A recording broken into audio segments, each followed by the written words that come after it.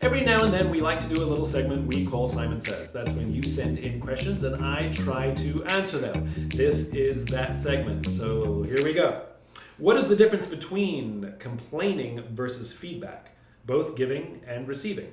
I think complaining is when it's about you, feedback is when it's about them. When you actually care about how someone else is doing, it's feedback. Complaining is when you're worried about how it affected you. It's whiny and it doesn't really help. People can't hear complaining, but if it's delivered in an effective way, they can absolutely hear feedback. So I think one is about you and one is about them. And feedback should be given with love. Okay, next question. What if I feel like it's too late to decide what I want to do with my life? It's never too late to decide what you want to do with your life. Better late than never, right? At the end of the day, we all want to find something that we're passionate about. We want to do something that we believe in, that we feel connected to. Some people are lucky that they figure it out 20, 30, 40, 50, 60. Who cares when you do it? It's kind of like moving house. I used to live in one neighborhood in New York City, and I moved to a different neighborhood, and I thought, oh, this new neighborhood is so much better, and I lived for 10 years in that other neighborhood. Within a few months, I felt like this was my neighborhood and it was great and I'd always been doing it. It's kind of like that, which is if you find the thing you love, you'll be so consumed and in love with it, it doesn't matter when you do it, as long as you're doing it. So definitely, if you don't think you're doing something you love, definitely look for it. No matter how old you are, you'll find it unbelievably rewarding, I promise. What do you do when you feel overwhelmed? So I get overwhelmed when I have too much stuff on my plate. There's just too many things going through my head and I just can't keep up, and I sort of do a little bit of this and a little bit of that and it drives me nuts. So the easiest way to beat that is to organize a little bit. In other words, I make a list of all the things that I have to do in priority order. And that's really important, because I start with number one and I get through the whole thing so I can cross it out before I go to number two. So if I'm unable to get through everything in the day or the week or whatever the time frame is, at least I got the most important things done. Do you have any advice or guidance for people who are trying to start their own business? Yes, absolutely. This was really the core of Start With Why. I had a business that was struggling, and when I learned to start with why, it profoundly changed the course of my business. Understanding your why you started this business in the first place, is absolutely essential. It's much easier to get a job and get steady pay and get benefits. It's way safer. What is so important that you're willing to risk the overwhelming chance of failure to do this thing? It has to really matter beyond simply making money, having freedom, or being your own boss. Those things are not enough to sustain year after year after year of some of the most difficult stress and difficult things that you'll ever do. Know your why. You'll go back to it constantly, and it'll help you fill the business. It'll help you hire people who believe what you believe, which ultimately makes for a great team. Okay, COVID is ending in some places. But it feels like my work life isn't changing at all. How can I avoid burnout as things open back up, but I still feel stuck behind a computer screen? This burnout thing is proving to be a bigger problem than any of us expected. I think one of the great things that came out of COVID is we all recognized that time and family and friends and sometimes our own energy in our own lives is really important. I mean, intellectually, we've always known that, but we didn't stop working.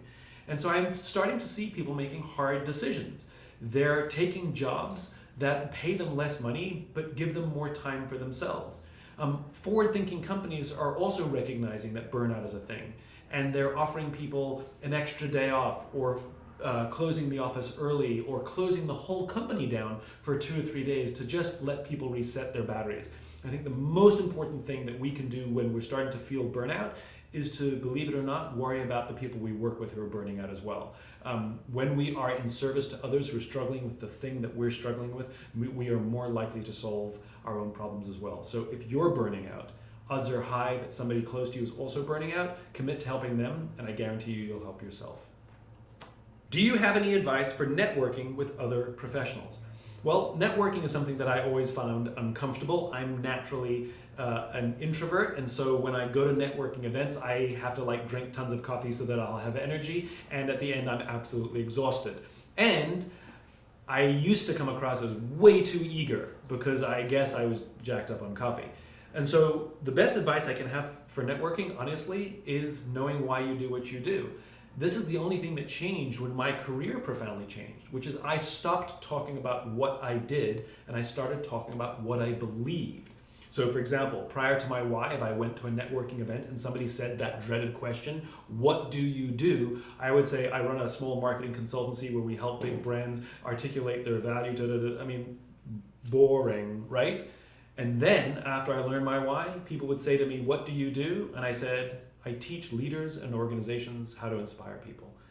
If they believed what I believed, they heard the word inspire and they said, cool, tell me more about that. And we were talking about my stuff for the next 20 minutes.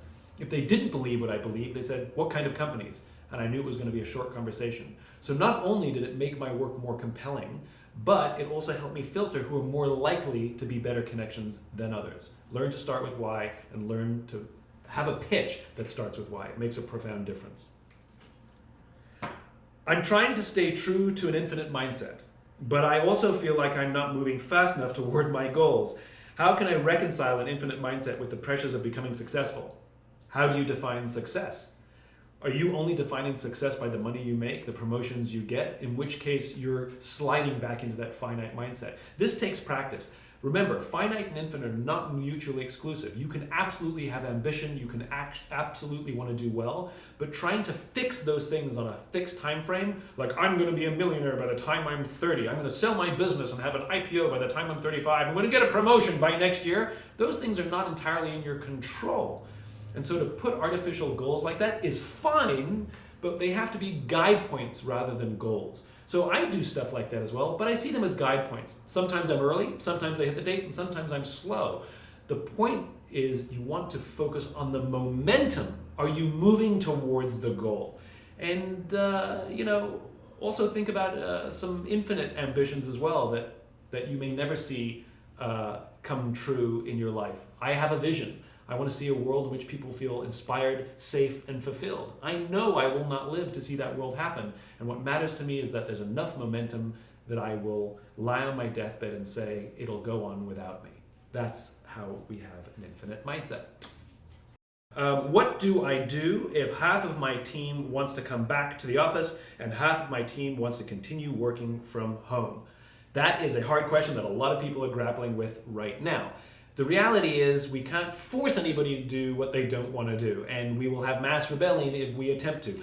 You can't say we're all staying at home when some people want to come in, and we can't say everybody has to come in when some people want to stay home. And so it's about finding a right balance and letting people know that they will have to make a little compromise now and then for each other. So some people who want to stay away will have to come in every now and then for meetings and to just be a part of the culture. And for people who only want to come in, they have to get comfortable with sometimes some people want to stay away. It's a compromise. It's called teamwork.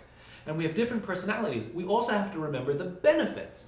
Remember, the office generally is supportive of an extrovert mentality. So coming in, being friendly, being social, where some people, they need to just like hide away and do their work, and they'll actually be more productive. So understanding a blended model, we're actually going to help people work to their natural strengths. Talk about that with your team, both the compromise part, but also helping people work to their natural strengths, and we can try and find something that works for everyone.